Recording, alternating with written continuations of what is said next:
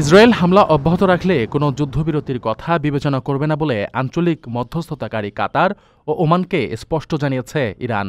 চলমান উত্তেজনার মধ্যে ইরানের এ অবস্থানে বড় সংঘাতের আশঙ্কা তৈরি হয়েছে।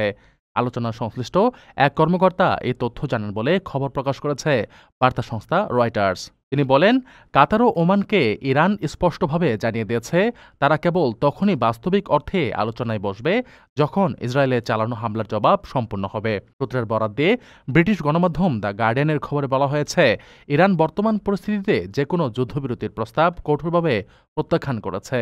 তবে এ বিষয়ে কোনো প্রতিক্রিয়া জানায়নি ইরান, কাতার ও ওমানের পররাষ্ট্র মন্ত্রণালয়। এর আগে শুক্রবার ভোরে ইসরায়েল একটি আকস্মিক হামলা শুরু করে। ইরানের শীর্ষ সামরিক নেতৃত্বকে লক্ষ্য করে হামলা চালানো হয় এবং দেশটির পারমাণবিক অবকাঠামোরও কিছু অংশ ক্ষতিগ্রস্ত হয়েছে বলে জানা গেছে।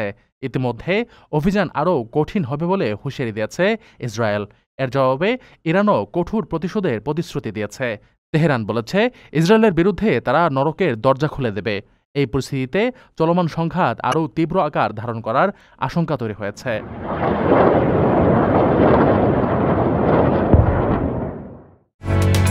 ওমানের সেরা রেট দিচ্ছে বাংলাদেশি প্রতিষ্ঠান গালফ এক্সচেঞ্জ। প্রিয়জনকে টাকা পাঠাতে আজই আসুন আমাদের যে কোনো ব্রাঞ্চে অথবা কল করুন স্ক্রিনে দেয়া নাম্বারে।